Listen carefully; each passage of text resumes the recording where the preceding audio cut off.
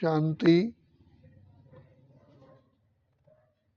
हम सभी आत्माओं को भाग्य बनाने का सुअवसर केवल पुरुषोत्तम संगम युग पर ही मिलता है, जबकि हमारे अति मीठे अति प्यारे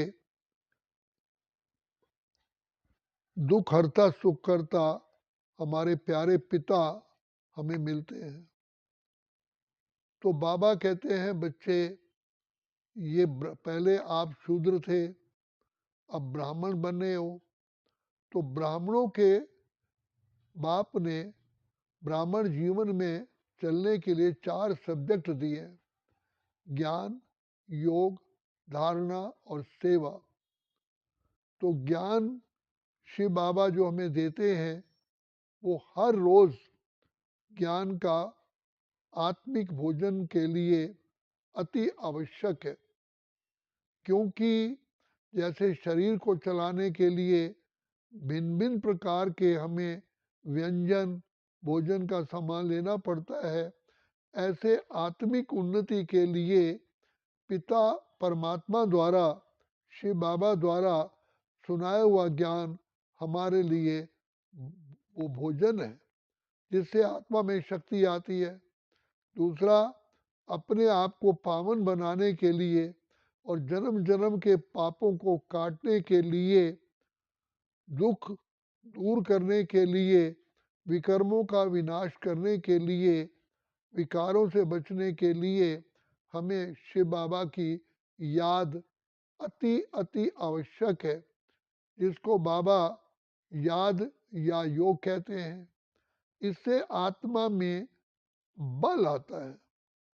जैसे कि हम ड्राई फ्रूट खाते हैं, ग्रीन फ्रूट खाते हैं, तो शरीर के लिए अति आवश्यक है।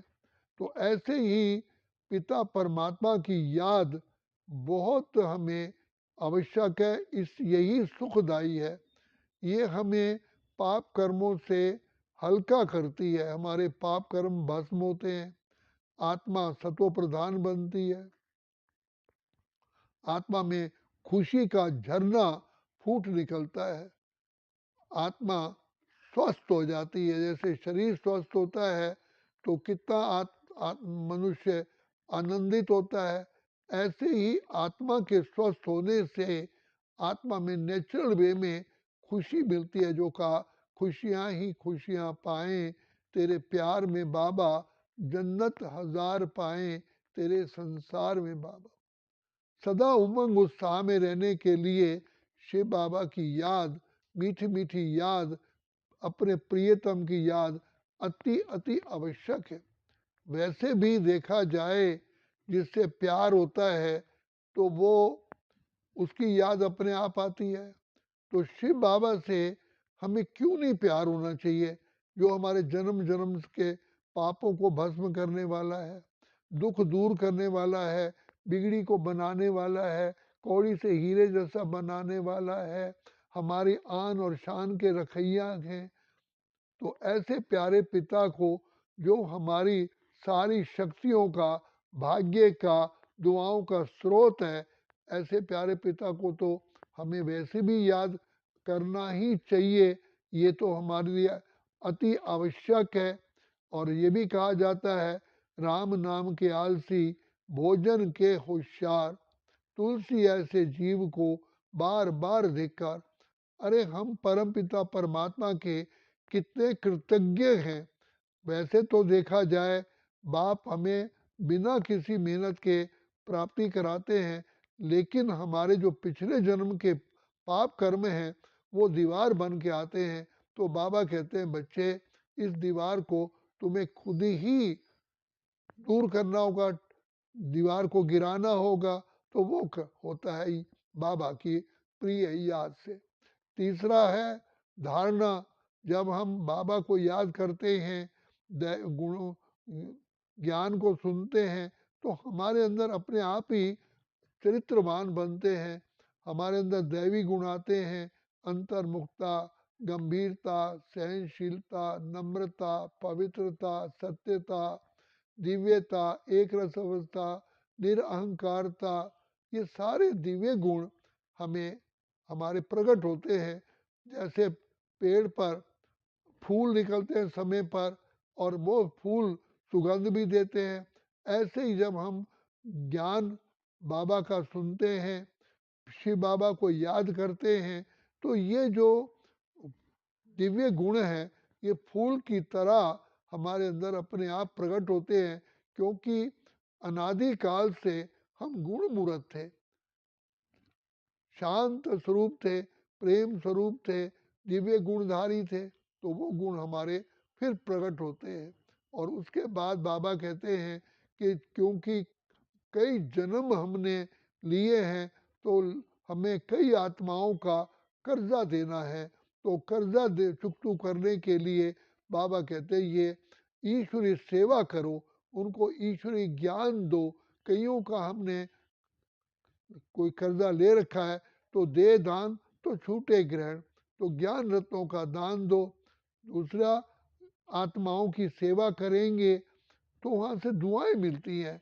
तो दुआ जो है वो हमारे लिए एक ब्रिज का काम करते, पुल का काम करती है।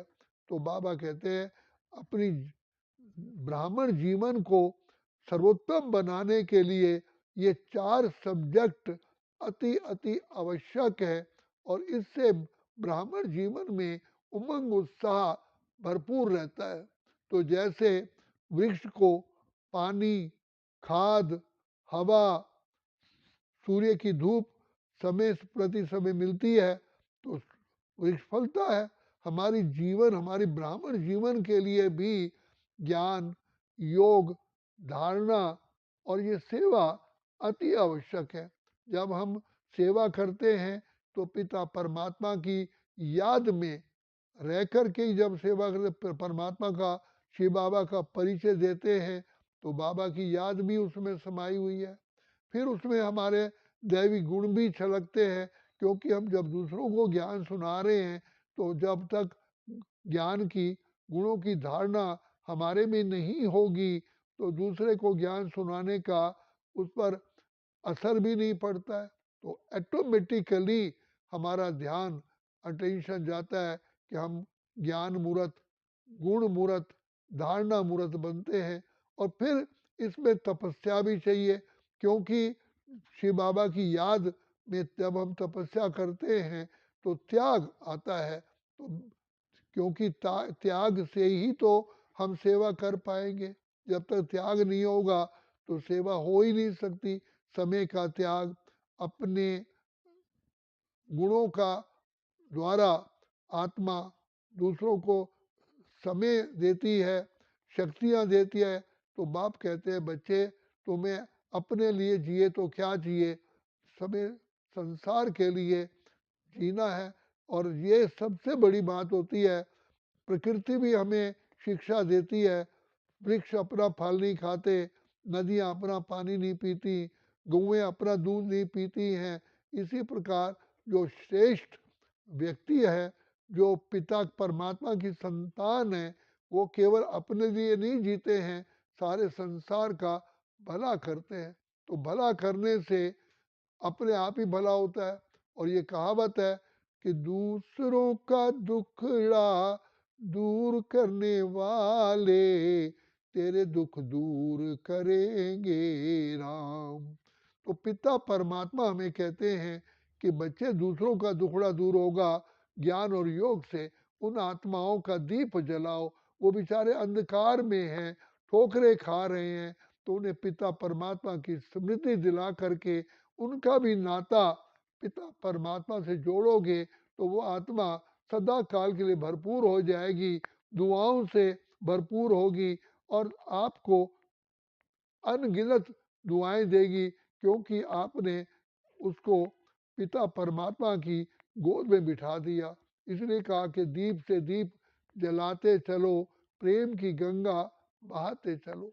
हम सब आत्माओं का धर्म है, फर्ज है अनेक आत्माओं की सेवा करना, दीप जलाना। उससे हमें हल्कापन भी आता है, खुशी भी मिलती है, क्योंकि नेक कर्म करने का प्रत्यक्ष फल ही है खुशी। तो खुशी जैसी खुराक नहीं, जिससे कि हमें रोगों से मुक्त होते हैं, उमंग उत्साह में रहते हैं। तो शिव बाबा कहते हैं ये ब्राह्मण जीवन के लिए 4 सब्जेक्ट अति अति आवश्यक है। जैसे छत के लिए चारों दीवारें चाहिए, खटिया पर हम विश्राम करते हैं तो खाट के भी 4 पाए होते हैं। अगर एक पाया नहीं होता तो मनुष्य सो ही नहीं सकता, बैठ ही नहीं सकता। इसी प्रकार ब्राह्मण जीवन के लिए ये अति अति आवश्यक है। तो बाबा आकर के हम बच्चों को कहते हैं कि बच्चे इन धारणाओं करने से तुम पिता परमात्मा से सदा ही खजाने प्राप्त करते रहोगे, क्योंकि ये ब्राह्मण जीवन ही वरदान पाने की जीवन है। ये ब्राह्मण जीवन ही भाग्य बनाने की जीवन है। ये ब्राह्मण जीवन ही पिता परमात्मा से सर्व गुण, सर्व शक्तियाँ, सर्व कलाएं प्राप्त करने की यही सीजन है। इसलिए बाबा कहते हैं बच्चे तुमको बाबा के बच्चे बने हो तो ब्राह्मण बन करके तुम नेक्स्ट बर्थ में देवता बनते हो। जिन्होंने लक्ष्मी नारायण ने, राधे कृष्ण ने, जितने भी देवी देवताएं हैं उन्होंने पूर्व जन्म में ब्राह्मण बन करके तपस्या की, सारे संसार का अपने गुणों से, शक्तियों से कल्याण किया, तभी भविष्य में जाकर के वो इतना ऊंच पद पाए। तो बाबा कहते हैं बच्चे तुम भी आत्माएं अगर पिता परमात्मा से प्राप्ति करना चाहते हो तो इन चारों ही सब्जेक्ट पर पूरा विशेष ध्यान दो। जो दवा काम नहीं करती, दुआ काम करती है। तो इसलिए बाबा कहते हैं कि बच्चे तुम सभी का कर्तव्य है, जैसे मैं दुख हरता सुख करता हूँ तुम्हारा कर्तव्य भी है अनेक आत्माओं का भला करना। तो सभी का भला करने वाले भलाई किए जा, बुराई के बदले दुआएं दिए जा। तो शिव बाबा जो हमारे प्यारे प्यारे पिता हैं, जो ज्ञान के, आनंद के, शांति के, सुख के सागर हैं, वो हमें ये सारे गुणों से भरपूर करते हैं। तो हमारा परम धर्म है, परम कर्तव्य है सारे भाई बहनों का, जो हमारे आत्माएं हैं, सब भाई हैं, उनकी सेवा करना हमारा धर्म है। तो इसलिए बाबा कहते हैं कि तुम्हारा निज धर्म है सर्व आत्माओं का कल्याण करना, क्योंकि शिव बाबा हमारा पिता भी कल्याणकारी है। हम उनके बच्चे होने के नाते हमारा भी परम कर्तव्य है, धर्म है कल्याण करना। तो अब कल्याण करने के लिए इन चारों बातों में हमें पूरा संपूर्ण परफेक्ट बनना है। अच्छा, ओम शांति, ओम शांति, ओम शांति।